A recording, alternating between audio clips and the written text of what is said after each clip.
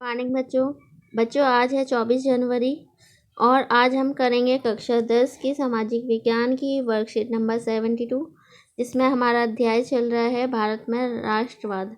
ठीक है, तो इसमें हम पढ़ेंगे आज रॉलेट एक्ट के बारे में कि रॉलेट एक्ट क्या था, वो किसके समय में लागू किया गया था, कौन कौन इसके नायक थे, ये सारी चीज़ें हम इसमें जानेंगे। ठीक है, तो देखिए प्रिय विद्यार्थियों, कार्यपत्रक 71 जो इससे पिछली वर्कशीट थी उसमें आपने महात्मा गांधी के द्वारा चलाए गए प्रारंभिक 3 आंदोलनों के बारे में पढ़ा था। ये आंदोलन काफ़ी सफल रहे थे और अंग्रेजी सरकार को मांगों को मानना पड़ा था। ठीक है, तो जो महात्मा गांधी जी जब अफ्रीका से वापस लौटे थे, उन्होंने हमारे देश में आने के बाद में 3 आंदोलन चलाए थे आपने, जिसमें पढ़ा था चंपारण सत्याग्रह, खेड़ा आंदोलन और अहमदाबाद सूती मिल वाला जो सत्याग्रह देखा था आपने, वो काफ़ी सफल रहे थे। उसके बाद में जो अंग्रेजी सरकार थी वो जो उनसे मांगे थी हमारी, वो उन्हें भी मानना पड़ा था। इस कामयाबी से उत्साहित गांधी जी ने मतलब 3 आंदोलन चलाए, तीनों सफल रहे, तो इससे क्या हुआ, वो और भी उत्साहित हो गए गांधी जी। इसके बाद उन्होंने क्या किया कि 1919 में प्रस्तावित रॉलेट एक्ट 1919 के खिलाफ एक राष्ट्रव्यापी सत्याग्रह आंदोलन चलाने का फैसला लिया, क्योंकि ये 1916, 17, 18 में चलाए थे वो आंदोलन, वो सफल हुए थे। उसके बाद में हमारे देश में 1919 में एक रॉलेट एक्ट आया था। उससे जो इतनी 3 आंदोलनों में जो गांधी जी को कामयाबी मिली थी, उसके बाद में इन्होंने 1919 में जो रॉलेट एक्ट आया था उसके खिलाफ अपना सत्याग्रह आंदोलन शुरू कर दिया था। ठीक है, फिर हम देखते हैं कि रॉलेट एक्ट है क्या। कि रॉलेट एक्ट को भारतीय सदस्यों के विरोध के बावजूद इम्पीरियल लेजिस्लेटिव काउंसिल ने बहुत जल्दबाजी में पारित कर दिया था। जो इतने विरोध हो रहे थे हमारे देश में रॉलेट एक्ट के, उसके बाद भी जो अंग्रेज थे उन्होंने इसे जल्दबाजी में पारित कर दिया था इस कानून को। इस कानून के जरिए सरकार को राजनीतिक कैदियों को 2 साल तक बिना मुकदमा चलाए जेल में बंद रखने का अधिकार मिल गया था। मतलब जो भी कैदी थे उन्हें बिना मुकदमा चलाए 2 साल तक बंद रख सकते थे, ना कोई उनकी सुनवाई होगी, ना वो अपील कर सकते, कुछ भी उन्हें अधिकार नहीं था।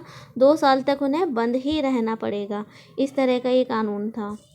महात्मा गांधी ने ऐसे अन्यायपूर्ण कानूनों के खिलाफ अहिंसक ढंग से नागरिक अवज्ञा चाहते थे। वे ये चाहते थे कि जो नागरिक है इस कानून के खिलाफ अपनी अवज्ञा जाहिर करें। मतलब अवज्ञा का मतलब उनकी आज्ञा को ना माने, जो अंग्रेज हैं उनकी आज्ञा को ना माने या रॉलेट एक्ट के कानून को ना माने। ठीक है, तो इसके चलते कौन कौन सी घटनाएं हुई थी। 6 अप्रैल 1919 को एक हड़ताल का आह्वान किया गया। विभिन्न शहरों में रैली जुलूसों का आयोजन किया गया। रेलवे वर्कशॉप में कामगार हड़ताल पर चले गए और दुकानें बंद हो गईं। तो इसकी वजह से क्या हुआ, जो ये आंदोलन खड़ा किया था गांधी जी ने, उसकी वजह से क्या क्या हुआ। 6 अप्रैल 1919 को हड़ताल का आह्वान किया गया कि हम लोग हड़ताल करेंगे। फिर रैली जुलूस निकाले गए और जो वहाँ की दुकानें थी, वर्कशॉप थी, वो बंद कर दी गई। इस व्यापक जन उभार से चिंतित अंग्रेजों ने राष्ट्रवादियों का दमन करना शुरू कर दिया। इस तरह की जो सिचुएशन उठी, तो उसकी वजह से अंग्रेजों ने, जो क्रांतिकारी थे, जो ये काम कर रहे थे, उन सब का दमन करना शुरू कर दिया, उनके ऊपर अत्याचार करने शुरू कर दिए। अमृतसर में बहुत सारे स्थानीय नेताओं को हिरासत में ले लिया गया। जो हमारा पंजाब का अमृतसर वाला क्षेत्र है, वहाँ के बहुत सारे नेताओं को हिरासत में ले लिया गया, कैदी बना लिया गया। गांधी जी को दिल्ली में प्रवेश करने पर पाबंदी लगा दी गई कि गांधी जी दिल्ली में नहीं आ सकते, इस तरह से उन पर पाबंदी लगा दी गई थी। फिर देखते हैं हम 10 अप्रैल 1919 को पुलिस ने अमृतसर में एक शांतिपूर्ण जुलूस पर गोली चला दी। 10 अप्रैल 1919 को क्या किया, जो शांतिपूर्ण जुलूस रैली निकल रही थी अमृतसर में, उस पर गोलियां चला दी। इसके बाद लोग बैंकों, डाकखानों और रेलवे स्टेशनों पर हमले करने लगे। जब उन्हें जुलूस पे गोली चला दी, इसके बाद में लोगों ने क्या किया, जो बैंक है, डाक खाने थे, रेलवे स्टेशन थे, जो भी अंग्रेजों ने व्यवस्था कर रखी थी उस पर हमले करने शुरू कर दिए, जिससे क्या हुआ कि मार्शल लॉ लागू कर दिया गया। मार्शल लॉ मतलब सेना का शासन, ठीक है, ये लागू कर दिया गया। फिर इसके बाद में फिर कौन सी घटनाएं थी जो इस सब के लिए जिम्मेदार थी?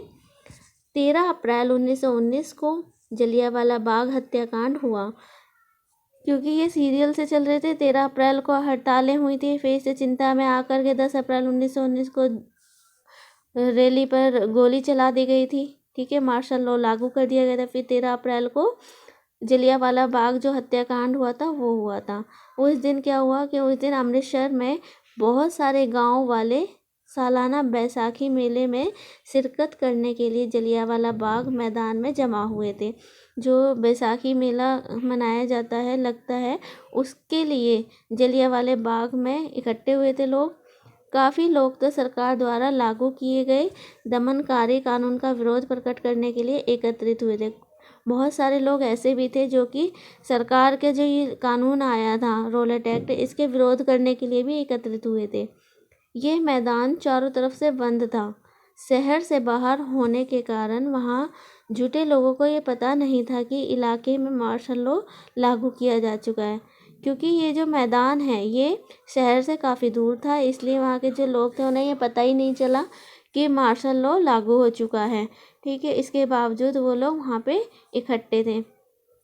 तो अचानक क्या हुआ, देखिए, जनरल डायर हथियारबंद सैनिकों के साथ वहाँ पहुँचा और जाते ही उसने मैदान से बाहर निकलने के सारे रास्तों को बंद कर दिया। जो वहाँ के बाहर निकलने के जो भी रास्ते थे सारे उसने बंद करवा दिए। इसके बाद उसके सिपाहियों ने भीड़ पर अंधाधुंध गोलियां चला दी, जिसमें सैकड़ों लोग मारे गए। ये आपका जलियांवाला बाग हत्याकांड था, ठीक है। तो ये सारी जो घटनाएं हैं 6 अप्रैल की, 10 अप्रैल की और 13 अप्रैल की, ये सारी जिम्मेदार थी। इसके वजह से ही जो गांधी जी थे उन्होंने अपने जो आंदोलन शुरू किए थे इन सारी घटनाओं के बाद शुरू किए थे, ठीक है। तो बच्चों, इसके बाद देखिए आपके 2 क्वेश्चन है। रॉलेट एक्ट क्या था, लोग इसका विरोध क्यों कर रहे थे?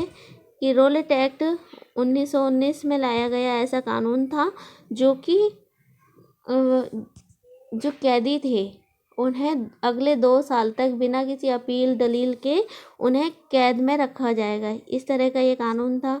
इसलिए लोग इसका विरोध भी कर रहे थे, ठीक है, क्योंकि लोग इसमें बिना जुर्म के इसमें कैदी की सज़ा काट रहे थे और वो इसके खिलाफ कहीं पे अपील भी नहीं कर सकते थे, इसलिए लोग इसका विरोध कर रहे थे।